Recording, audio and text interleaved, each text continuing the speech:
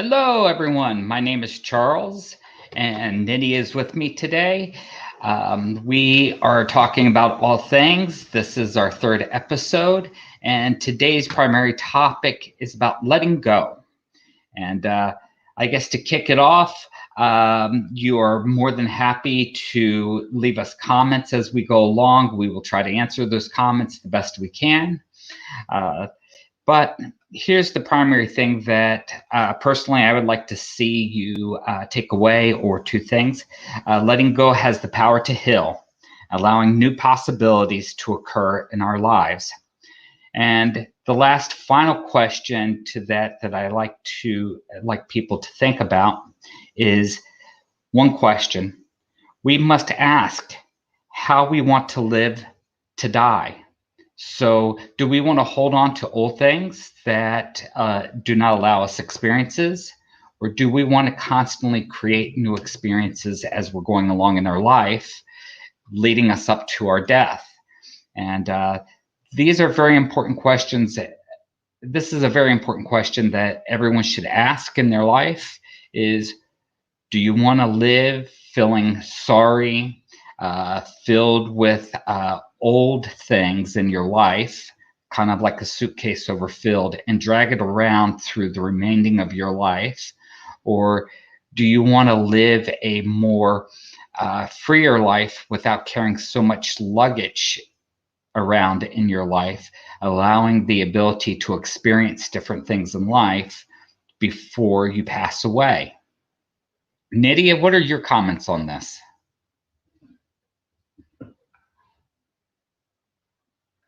I I can't hear you. Oh, there we go. Uh, yes, letting go is a very hard process. I think there's different levels of letting go, but you have to start, at I guess, just baby little steps. And I think letting go is, try to let go of those emotions, those negative emotions, if you can, just letting them go through. Um, and um, and also allowing yourself to kind of, uh, what's the best thing for you? I mean, the best thing for you really is to let go of a lot of this baggage, because it's kind of like you're lugging it around with you. Yeah. And uh, it's just better to forgive others, forgive your, and at the end of the day, when you're forgiving others, you're really forgiving yourself. And I think it, like you said, it allows for freedom and for spiritual growth again. Yeah. Uh, so what I find out from personal experiences and watching people is we tend to hold on to things. Even good things are bad to hold on to because of, you know, in in our relationship, my relationship with Nidia, if I was holding on to things that she was doing in the 20s that I loved, or when she was in her 20s that I loved, as she's gotten older, I would not have created new forms of love or seen new ways to love her as she's gotten older. So by letting go of the old love, I'm allowing new, fresh love to come into my life.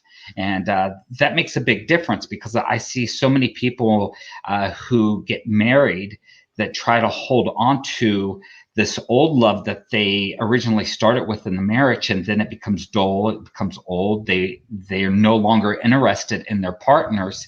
And that's because of they're not making space for the changes of life and for their partner's different views, and it causes heartaches because of we're not making room for all that new beautiful love.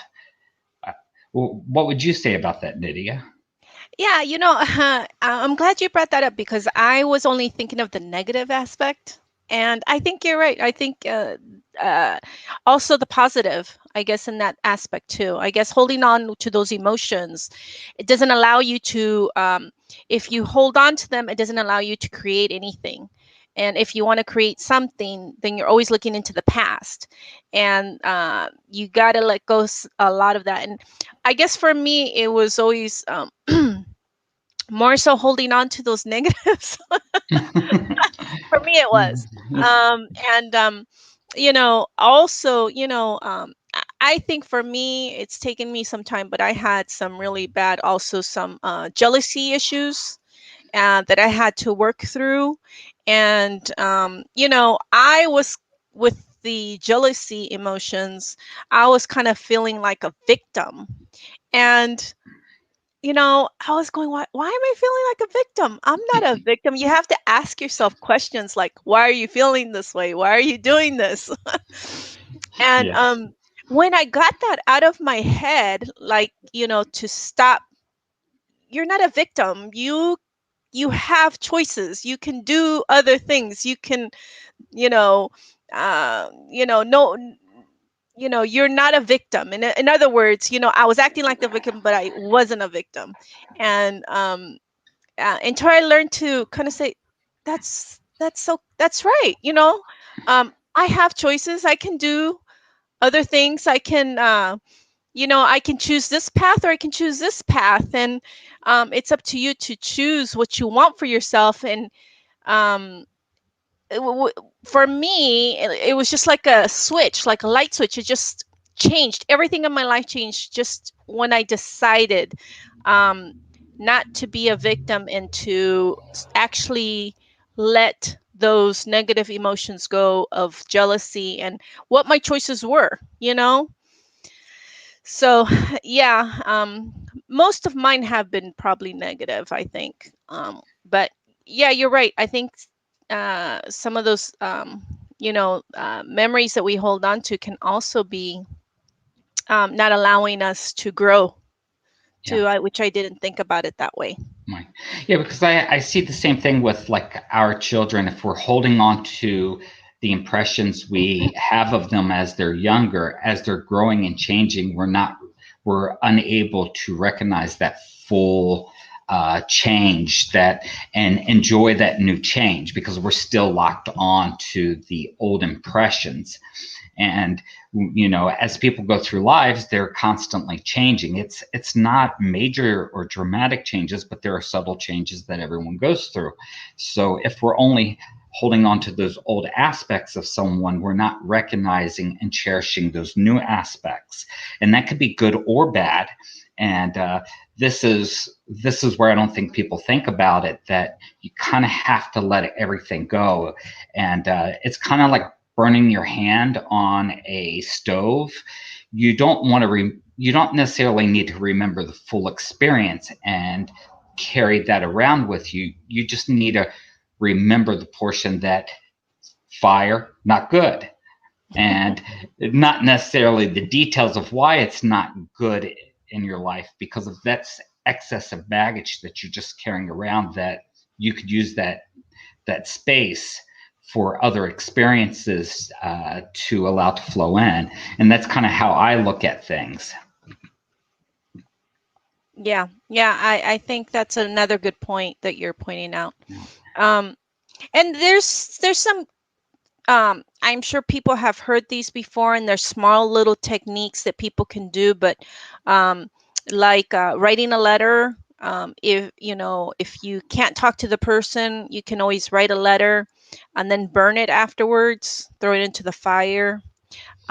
It's a good sense of relief that you've kind of let go of whatever that is. Hold Also, balloons are a good way of, you know balloons are a good way also to letting go. Fill that balloon up with, everything that is bothering you or that you want to let go, and letting that balloon go. That's another technique. And I use the imaginary, a teacher told me this one, and it stuck to me, and it's worked for me at times. um, but also, imagine yourself, you're putting things in a bubble, or whatever that is. It could be anything, that you're working through, or anything, and just seeing that little bubble go, you know um, And that has been a good technique for me. That's the one that I've used, but I've heard about the other two techniques. Um, and uh, uh, so there's many techniques out there that you can use. These are just some small ones I'm mentioning. Yeah. And Would you recommend something? Um, what you think that could yeah, help? I think if you approach things like when you go to smell a flower and you see how beautiful it is and the smells are coming off of it, remember that most of those flowers or their seasons in life. And, you know, smelling the flowers during springtime, it's beautiful. It's lovely. Take the time to recognize it, to smell it, to enjoy it, but don't hold on to it by when it's time for fall and the flowers are wilting and the plants are wilting, running out to the store and attempting to buy flowers and things to fill your house with because you're missing it. It's more like enjoy it, and then when the next season comes in, enjoy it for what it is. Don't try to recreate these seasons or these feelings that you feel from things over and over again. Just let it take its course and let it continue to come around. So this way you're not holding on to something that's really good and turning into something that's really bad. It's kind of like eating too much candy or just eating too much in general. You're going to get sick after a while. Instead of just enjoy it for what it is when it's there, and then let it go and continue on and pick up the next year, enjoy it. And there's a reason that there are seasons and there's the flow of life. And if you are too busy trying to hold on to it, there's an issue there because of you're going to miss all the new experiences that are going to come throughout that year. And that's very powerful if you can turn around and recognize when to let go and when to hold on. And holding on could be just for a few minutes, and that's fine. But when it's time to let go, don't forget to let go. And most people get so caught up in the enjoyment that they forget to let go of it when it's time to let go. And that's just learning balance within yourself. Yeah, that's really good that it's bringing me up that we try to control things. I know I try to control things, but it's a big illusion, right? Because Yes. at the end of the day, we cannot control anything. Anything. If you think you have control of anything, you're fooling yourself because yeah, I think life will always show you that when you think you have control, um life has other plans, and it really is an illusion that we think we can have control over something, but we really can't. And uh, that's part of the process of, like, what I think the Buddha talked about, in a sense of how he taught us about suffering, you know what I mean? So if we try to control things or we try to hold on to things, we're just making ourselves suffer, right? It's very true. And Taoism talks about letting go too, the flow of life is, Oh. and working through life, but not holding on to it. It's more like what I tell people is you kind of want to be like a rock in a river where the river is moving around the rock. The rock isn't holding on to anything, and you're allowing the river to shape the rock because it's shaping it over time and moving it over time. And if you're like the rock, what's happening is, and life is like the river, life is shaping you and moving you in the right directions. And by just standing in the water and letting the water move you the way it needs to move you and mold you the way it needs to mold you, you become a better person. So you're not really holding on to anything because the life is passing you by. So it's moving around you, but you're not holding on to it. But you're experiencing everything that's moving around you. You're just choosing to be the rock, and it's just flowing around you. And that's kind of what we're learning to do, is not trying to grab a hold of the water and say, oh God, I need to hold on to this. I need to hold on to this. And it's pulling us all over the place. And that's the wrong place to be. We just need to learn to be that rock in the river and let the water flow, or let life flow around us without holding on to it, and allow it to mold us gently instead of fighting that molding. And when we hold on to things, and then we're fighting the ability for life to mold us in a better direction. What's your opinion on? No, no, I agree. I'm trying to remember what Bruce Lee said. He said something about the water. That you just reminded me about that. Like, I wish I can remember what he said, but yeah, yeah, I understand what you're saying. When it comes to, um, you know, kind of flow with the water, and I understand that. Yeah. So, Yeah. And, this is where I come to tell people spiritually, whether you want to call people on the other side souls or angels or guides, their primary job in this life is trying to show us how to let go, because of we drowned and we're suffocating ourselves in creating our own miseries because we don't know how to let go of things. And people have these spiritual moments maybe once in their life, but normally what I recognize is we have them all the time. We just don't always recognize them.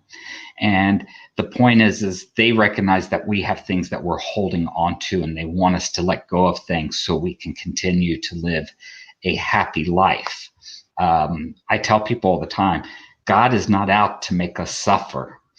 God wants us to live happy. God wants us to experience life. And the problem is we get stuck holding on to things, which creates our belief system, our perceptions of life. It blinds us from the infinite possibilities that is there at every stage of life.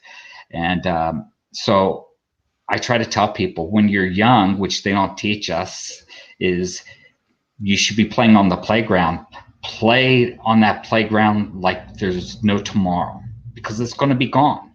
And don't think about it when it's gone. Don't think about playing on the playground.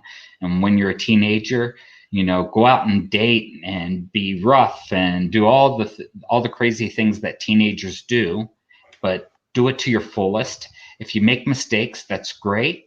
If you don't make mistakes, that's great too, but at least you're living it to your fullest. You're getting the full meaning out of it, the full concept of it. And every stage of life as you go through it will be so much better, because you're not trying to hold on and say, oh, tomorrow I can come back and do it. Tomorrow I can come back and have that experience. Tomorrow, because there is no tomorrow. There is only today, because of whether you're going to die or you're going to live, tomorrow is going to change. And slowly by surely, enough tomorrows, you will be changed. You will be a different person. And everything that you are holding on, saying that you are going to do tomorrow, you will not be able to do. And you will lose out on life, because you will missed out on all the other infinite possibilities that could have came along the way, because you were too busy holding on to tomorrow. And that's a very dangerous, tricky place to be emotionally, because you will always say, tomorrow, tomorrow, tomorrow, tomorrow I'll do better, tomorrow I'll do that, tomorrow's comes and goes. It's not tomorrow. It was either you did it today or you didn't do it today. And if you can accept that, it'll help you out a whole lot, because if you're just making a choice, either I want it or I don't want it. And if I don't want it, why say tomorrow? Because of in your mind, you're saying you're holding on to it. And if you're holding on to it, and then you're using an excuse that when tomorrow comes and there's something new that you could be doing, you're still stuck on yesterday instead of today. very true, very true. Yeah, you just also made me think about how holding on to these emotions and or things or whatever it is really makes you sick too. Yes. Um, And you may not know it, like, why, maybe why you have a headache, or, I'm just pointing out small little things, but uh, they do make you sick over time. And if you just try it, just try to pick something, just even, just see how it feels when you let it go, and it feels so good. um it really does. And I think it causes sickness. So what I've heard in different body parts for different people, depending on what it is. um I'm not too sure, what that all is, but letting go is will just make you feel a lot better. Like I said, just try something small and you'll feel it for yourself. Yeah, I notice a lot of young people, especially around the military. A lot of times they have a lot of baggage from their childhood, and they carry it around with them. And you can see the weight on someone's shoulders because of when they have, they're not letting go of things and they're creating baggage. Their shoulders start to, their shoulders drop, and they start leaning forward instead of sitting up straight. And then as they get older, because they're not letting go of these issues or these old negative aspects of life, um, they start creating like cramps and tension in the body. So the areas that are affected, like in the shoulders, the upper back will start to become tense, and the doctors can't fix it, so they come in and they have to give you some type of painkiller. And if all you did was let go of things, and then your back would start staying straight. And then as you get older, medically you'd have a lot less issues because of you're letting go of things instead of carrying it around with you. So it's like having weight on your body, you're carrying it around, and it's affecting the body over time, creating tension in the muscles and joints. And now it's affecting you as you enter older age, and no one knows exactly why it's being caused. And all they can do is give you some type of medicine to deal with the pain that the body's feeling, but you're still feeling miserable inside. And I try to explain that to people. It's kind of like the child or that gets abused, whether being beaten or sexually raped or abused as a child. The body tends to tense up out of fear. So as we're being abused, we tense up to protect ourselves in certain ways.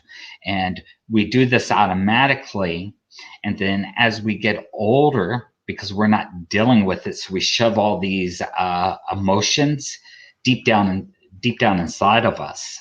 And so as people come along and they act a certain way, so someone who acts very harsh to you, or moves their hands a lot, it might start to scare you subconsciously. You're not thinking about that it's scaring you, but your body starts to tense up. And over time, as you're tensing up, because the people are constantly reminding you of that trauma, and so the body automatically reacts to that trauma, and you don't realize that you're reacting to that trauma. So now the muscles in the body tense up real harsh, and over time it starts to wear down the body, causing you a lot of pain as you get older. But if you learned how to get rid of that emotional trauma, got rid of that baggage, and said, it's okay now, I'm no longer attached to it, then the body turns around and starts acting a lot differently. And you're taking all that weight and all that wrongful information that the body was programmed to do, and now you're turning it into something positive. So now the body can relax again by retraining the body, by getting rid of the letting go of all those emotions. Nidia, you have something on the subject? Yeah, that's a when you're talking about that, you just touched on something that yeah, when we try to block it, you know, um, I guess try to where you were saying about the drugs that the doctors give you drugs. It's not even the doctor. Sometimes you can even um, just I know I did it with alcohol. You try to suppress those emotions, and you get a drink, and you think that you know having alcohol, it's fine, and it's fine if you know what your emotional state, I guess, is. But when you're stressed out, or there's something bothering you, you're drinking, and it's not just I guess medicine, but also the other drugs that we're taking. um and if you take alcohol or medication over some time, then you get sick off of that too. That's another issue. You know what I mean? Yes.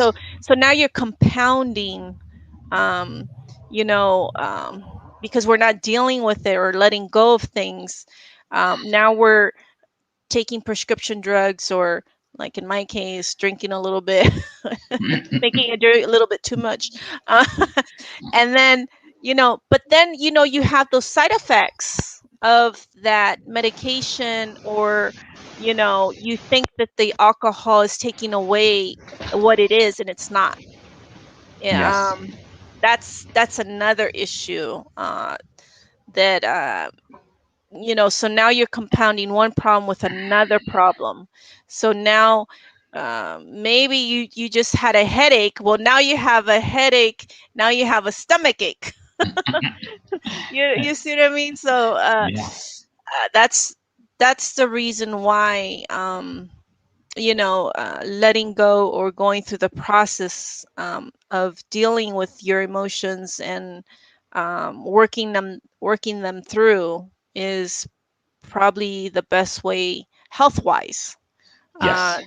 to try to work them out, or Yeah. so. And I guess there's a couple areas that go a little bit further into this. One is past lives. What I found through my own past lives that I'm discovering and that are being shown to me as time goes on throughout my life, is that we're dealing with those past life issues. So I always tell people, because of we don't know how to let go of things, we're always living in the past. We're not living in the future or in the present. And we want to be in the present and the future with a little bit in the past. And the past is kind of like the guide of, kind of what you shouldn't do or what you should do. It should be a tool, but we shouldn't be living in it. So there's a big difference when we're living in it. We always should be living in here, now, and the future, not anything living in the past. Well, most of us are coming back into this life under reincarnation, and we're still dealing with past life issues that are kind of summed up into this life, that we're also trying to heal ourselves from and learning how to let go. And what I tell people, when we live presently and in the future, what we're doing is, as a whole social network, is we're redefining what we've learned. So the things that are bothering us on a larger scale, like marriage, sex, food, we're going through as a social gathering and on an individual level, trying to let go and trying to figure out what's actually correct. How to correctly love, how to correctly have sex, how to correctly eat. And it takes time. But if we're holding on to our old ideals of how to use these things, and then we're defining what our experiences should be now, which means that we're still hooked onto the past. It's kind of like saying, I got my hand burnt in the past, and I recognize that fire can hurt me, but it doesn't mean that I don't still use fire, because the fire will actually cook my food and keep me warm. So it's recognizing it as a tool that fire can be dangerous, but in the future, I need to recognize that I may have to play with the fire in a more constructive mannerism for its benefits to help me live a much more enjoyable life. So it's letting go of that emotional attachment to the experience of the past and recognizing it for the learning tool to be gentle and careful around fire, but also recognizing that it can be very beneficial.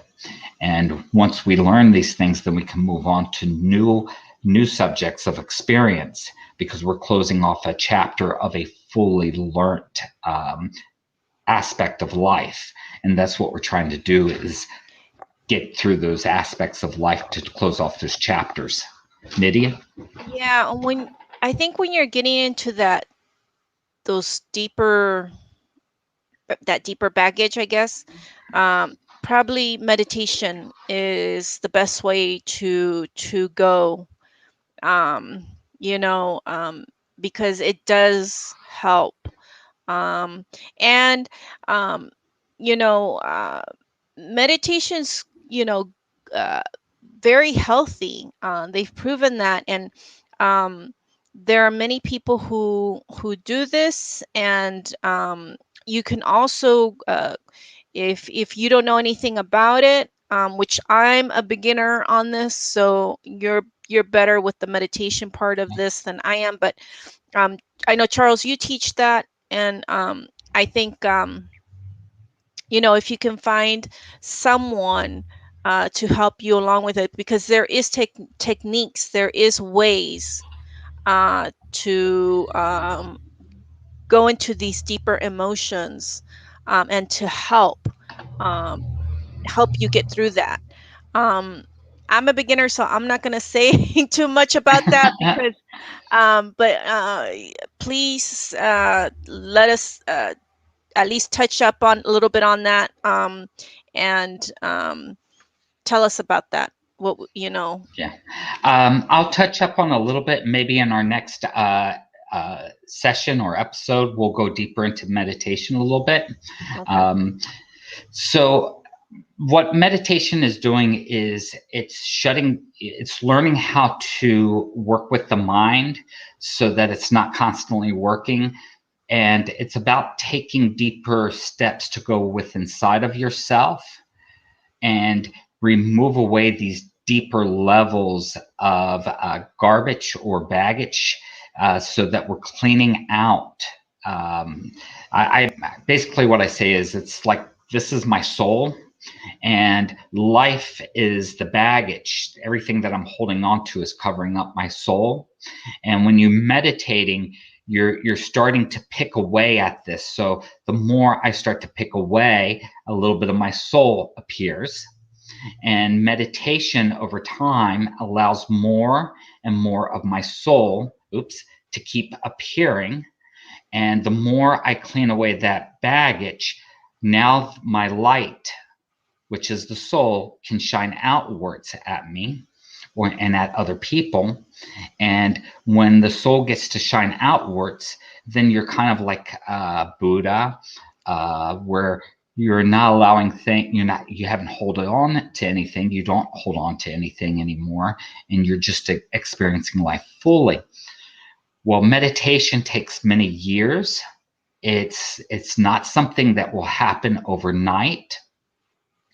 And it's something that you need to do and practice every day in order to get to those deeper levels of baggage. And what I'll tell you to do is, the simplest thing, how I tell people to start, is set up 3 times a day, once in the morning, once for lunch, and once in the evening. Set a time that you're going to meditate. Do not set a time limit of how long you're going to meditate. So what you're doing is you're training the mind and the body to take the time to sit down and meditate. And don't worry about your breathing. Don't worry about any other principles. It's just sitting there. If you can find a quiet, peaceful place and sit down there, and then when it's time for you to get up, you get up, which could be a minute, it could be an hour. I don't care how long it is. Just take that time and do the meditation. If you can do that 3 times a day, and you can do that for a month, and then you can move on to a second layer of meditation. Most people have a hard time setting that time and that dedication just to sit down. And then meditation never works for them because they'll show up one day and they'll do it for 5 or 10 minutes and they go, oh, I didn't get anything out of it. And then they'll show up 2 days later and they'll do it and they'll start bouncing around with their time. And then eventually after a week, they go, I didn't see any changes in me. So you know what? This doesn't work. I'm not doing it. The problem is meditation takes years sometimes to get it to Yeah, work. it does, and you got to get into the habit. And I know, Charles, you told me to do the same thing you're saying now, but I know I only do it twice a day. I don't go through the 3 days, and I think people need to be a realistic what's going to work for them. Yeah. Because if you're telling someone to do it 3 times a day and they can't do it 3 times a day, then they need to do whatever works for them. Right. I mean, they But need at least to get something into the habit. habit. Like I told you, I was like, you know um I'll try it and see what will happen and stuff. And uh I think twice a day is what it's realistic for me. um so Yeah. because I get, I, I kind of look at this 2 ways. One is you're breaking old habits. Two is if you can't take the time to sit down 3 times a day, and then you're only making excuses because we're not saying you have to sit there for 5 minutes. We're saying you can sit anywhere. Just turn off the phone or get away from your phone and everything else. You can do that anywhere. You can go sit in your car. If you're at work during a lunch, you're telling me you can't sit in the car for a few minutes just to make the time that is your meditation space, or you can't go find a space outside and sit on a bench or something at work. So you can't do it in the morning when you get out of bed real quick. You can't do it at night before you go to bed. So these are basic things that you're training the mind to say, I can do it. I will do it. I'm going to make the time. And so you're changing that old belief system that says, I don't have time for this. This is realistic for me. And what I try to explain to people is, no, that's not realistic, because what you're saying is you're not worth taking the time to turn around and fix yourself, heal yourself, and have a happier, better life. And that's the excuse that we give to ourselves. I don't have time. This is more realistic for me. And I tell people, I think if somebody could do whatever they can, that's it. So yeah. you know what? That's it for me. I'm not gonna push. I think Right. it has to come from that person, Yes. and that's the only way it's gonna work. Work. Right. So, But I'm just being realistic, and I get how hard it is to do some of these things. and I'm And being realistic too to too, you. yeah, I know you I'm are. being realistic. Stick. And we have two different views on it, but what we are agreeing on is whatever you're doing, you got to do it consistently. The Yeah, as argument long as is as long as you try to get into the habit at least somehow, some way. way. I mean, you have a set of rules, Yeah. so it's a beginning. It's a beginning of something. So, Right. and it has to come from that person at the end So of the day. It really yeah. does, or else it's not going to work. Right. So, That's the reason why I tell people this is when you do things like this to learn how to let go of stuff in your life. No one can do it for you. No one can teach you. They can only give you information, and you are actually teaching yourself. You're training yourself. You're just using someone else's knowledge to kind of figure it out, how to guide train you, yourself, how guide to you. guide how to guide you, because that's what it is. Yeah. And Yeah, I think you're right. You have to do it yourself. And it is hard work. Those people, the people who are Buddhas and they're peaceful and all that, that's hard work to get to where they are. That is not easy. Anybody who says otherwise, it's not true. Yeah. This is hard work. And the hard work is how much hard work you put in for yourself. Yes. And so it does take time. It is it is quite a bit to do. And oh man, I just bow down to those people because I'm not even close to anything. And but hey, you know what? Little steps. That's all I can say. Yeah. So, like I'll tell anyone is, if you want to learn meditation, the 3 times a day, it's the consistency. Do it for a month. It's We not hear going to you. take you hours. Okay, we hear you. We hear you. Right. Um, But then over the course of the month, we'll come back and we'll talk heavier about meditation, what you can do next, because of this is such a large subject. I know. And And there's so many different types of meditation. I think we'll leave it yes, at that with the meditation because that is you can go in so many different directions. But yes, please talk to Charles because he does meditation classes, and he really knows a lot about this stuff. And you know, just to begin with, is it's a good start. So yeah. And I teach the meditation classes online, so you don't even have to come see me. And I do personalize those classes for people, and I keep them reasonable because of at the end of the day, everyone needs to learn how to let go of their garbage that's inside of them and everything that's holding on, so that they can have a happier life. And that's my primary goal. Is I want people to have a happier life. And if I can show you along the way little simple tricks, great. That means you're closer to figuring things out on your own. And so, Nidhi, anything else you want to add to this? no, I think it's great. I think we'll leave it with meditation because Okay. yeah, that's a great great tool to use. And there's a lot of information out there. And please contact Charles because he does do lessons on that. So Yeah. um, he's the guy to see. So And the last thing I'll leave you with, everyone, is next week we should be back at Tuesday, right about 5:30. We'll go through meditation, which will kind of summarize everything that we've done so far, which is about the diet, fasting, letting go of our baggage, and the meditation kind of ties into that because if they all kind of work together, and you have to kind of do all of them to get yourself cleaned out, physically, mentally, emotionally. And so it kind of all ties in together. And so I think that would make a great leading off point for next week to tie some of these things together. But the one question I just want you to really hone in on is, how do you want to live until you die?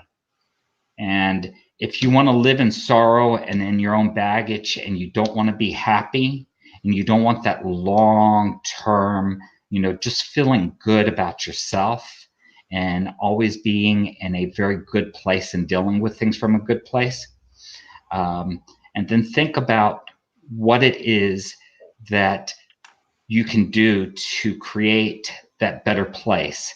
And because at the end of the day, that's what we should really be asking ourselves is, how do I want to live until I die?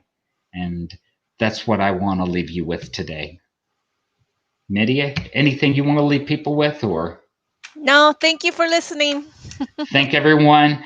And I wish you have a blessed day, and take care of yourselves. Until next Bye. week. Bye.